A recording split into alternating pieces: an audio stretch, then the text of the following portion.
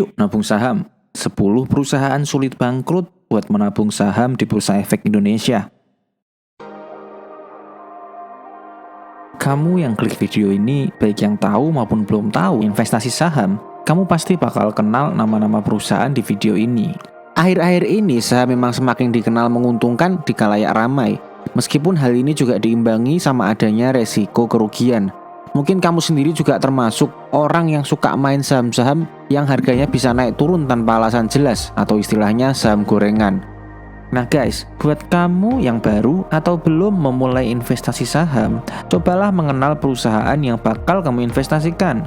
Saham yang bagus itu dibeli karena perusahaannya aman buat investasi, bukan karena spekulasi, besok harganya naik tinggi, tapi bisa buat investornya nggak tenang dan nggak bisa tidur.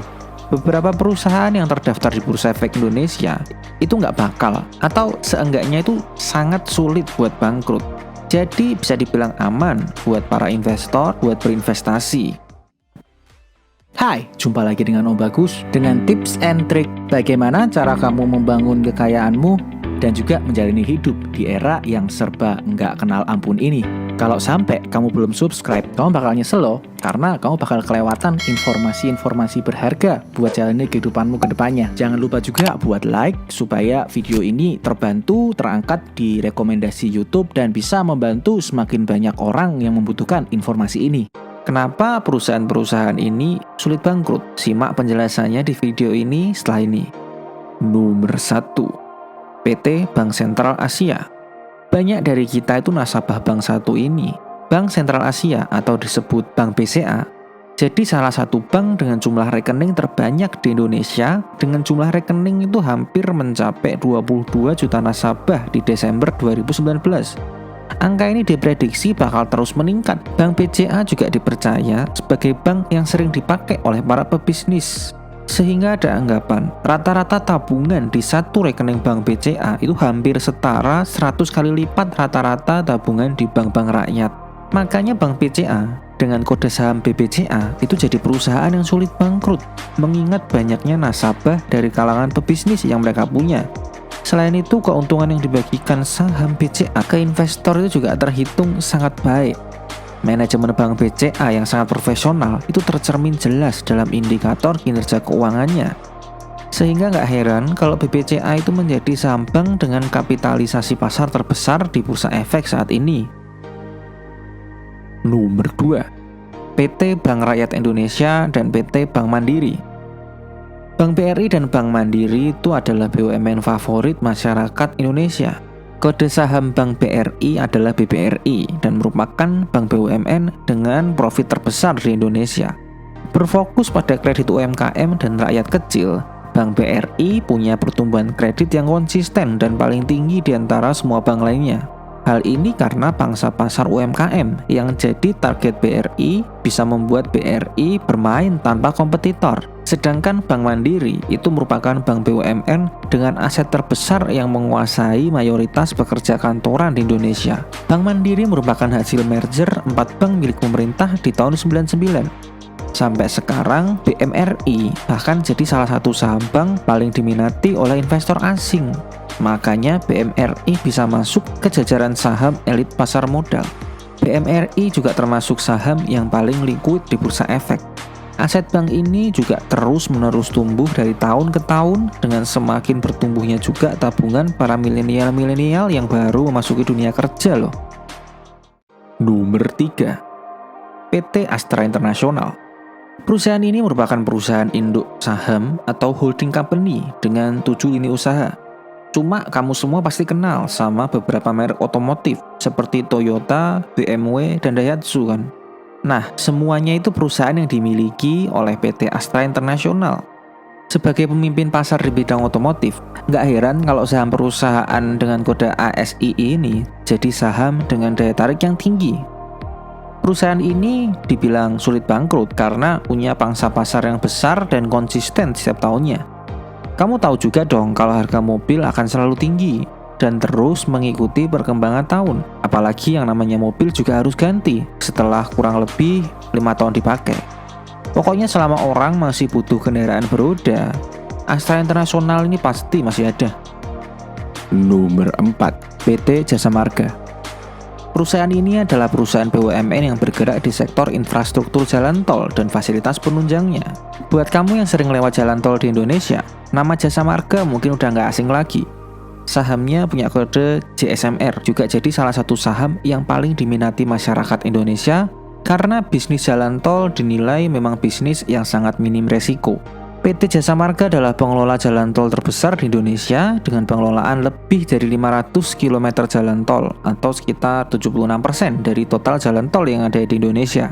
Nah, dari orang yang lewat jalan tol inilah mereka memperoleh keuntungan. Kenapa perusahaan ini nggak akan bangkrut? Karena jalan tol akan selalu dibutuhkan oleh masyarakat Indonesia dalam hal mobilitas.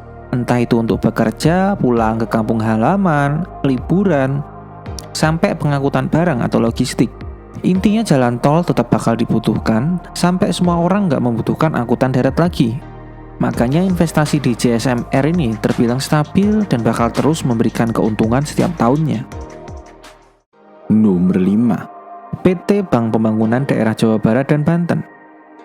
PT Bank BJB dengan kode saham BJBR adalah sebuah perusahaan bank nasionalisasi yang dulunya dimiliki Belanda dan berdomisili di Indonesia. Bank BJB bergerak dalam bisnis perbankan lingkup nasional yang dulunya itu diawali di skala daerah, yaitu di daerah Jawa Barat dan Banten. Meski nggak sepopuler perusahaan bank lainnya yang ada di daftar ini, sahamnya itu cukup populer, terutama di daerah Jakarta Raya, Jawa Barat, dan Banten. Di Indonesia, Bank BJB adalah bank pemerintah daerah dengan kinerja terbaik, bahkan hampir setara Bank DKI dan juga di atas Bank Jatim. Kontribusinya yang positif dan besar kepada masyarakat dan pemerintah daerah juga jadi alasan kenapa perusahaan ini nggak bakal bangkrut.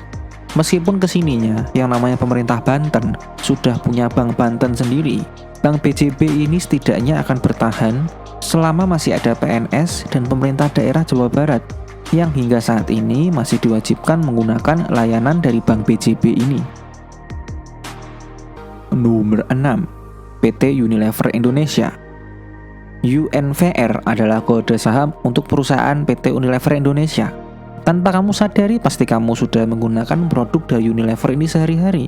Mulai dari produk makanan sampai pembersih badan seperti sabun mandi.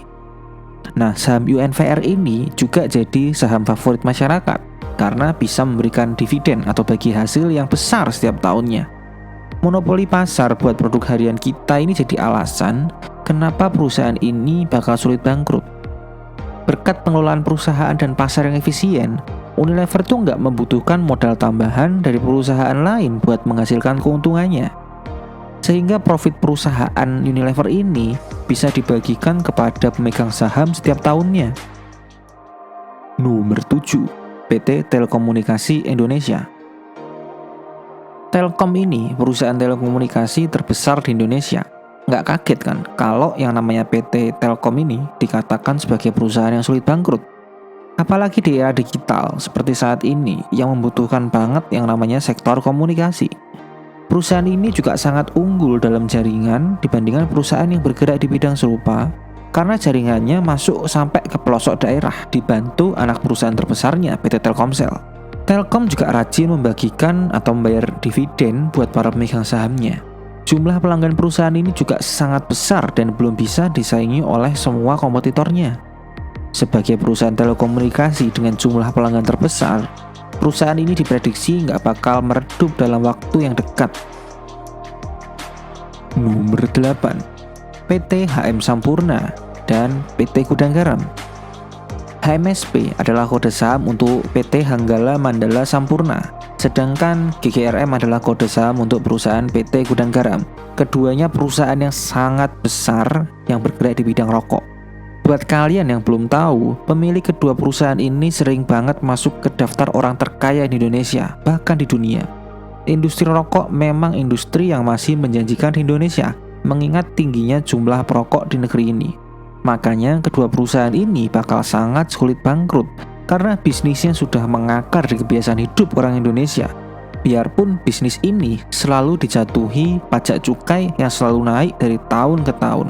Baik HMSP dan GGRM sebagai pemimpin pasar di industri rokok juga tetap mampu membagikan dividen dengan jumlah yang besar kepada para pemegang saham. sehingga menjadikannya saham yang favorit di kalangan masyarakat Indonesia. Nomor 9, PT Indofood sukses makmur dan PT Indofood CBP sukses makmur. Siapa sih yang nggak kenal Indomie? Merek mie instan favorit masyarakat Indonesia yang bahkan sudah mendunia. Indomie itu merupakan produk keluaran dari PT Indofood CBP sukses makmur dengan kode saham ICBP yang dimiliki mayoritas sahamnya oleh PT Indofood sukses makmur dengan kode saham INDF. Keduanya adalah perusahaan yang bergerak di sektor fast moving consumer goods atau barang konsumen. Kedua perusahaan ini jadi perusahaan yang sulit bangkrut karena keduanya punya produk makanan bermerek Indofood yang digandrungi oleh masyarakat Indonesia. Ada ketergantungan dari rakyat Indonesia dengan produk Indofood, apalagi banyak produk dari Indofood yang sudah nggak tergantikan di mata orang Indonesia. Berinvestasi di kedua saham ini juga akan menguntungkan karena kinerja perusahaannya yang konsisten, terus bertumbuh dan menguntungkan. Seenggaknya selama masih ada anak kos-kosan di muka bumi Indonesia ini, masih akan ada Indomie dan Indofood. Nomor 10, Charoen Pokphand. Perusahaan ini mungkin nggak sepopuler perusahaan sebelumnya di daftar ini. PT Charoen Pokphand Indonesia dengan kode saham CPIN merupakan perusahaan terbesar yang bergerak dalam bidang pakan, pengembangbiakan, dan budidaya ternak, terutama ayam dan sapi. Charoen Pokphand Indonesia juga punya bidang usaha makanan instan, CP Food, yang menggawangi produk seperti Fiesta Nugget dan sosis cem. Meski harganya bisa dibilang naik turun, perusahaan ini bakal sulit bangkrut, mengingat masyarakat Indonesia yang gemar makan daging ayam maupun daging sapi, di mana di Indonesia pangsa pasarnya hampir dikuasai oleh perusahaan ini. Banyak sekali masakan khas Indonesia yang menggunakan dua jenis daging ini, sehingga permintaan akan keduanya juga akan terus tinggi. Hai, terima kasih telah nonton video ini sampai selesai. Saya ucapkan terima kasih atas waktu yang kalian berikan buat video ini, dan waktu kalian akan sangat berharga buat perkembangan channel ini ke depannya. Jika kalian merasa video ini berguna, jangan lupa untuk like, subscribe, dan juga share video ini ke teman-teman kalian yang mungkin membutuhkan. Stay tune untuk konten bermutu selanjutnya. Bye-bye.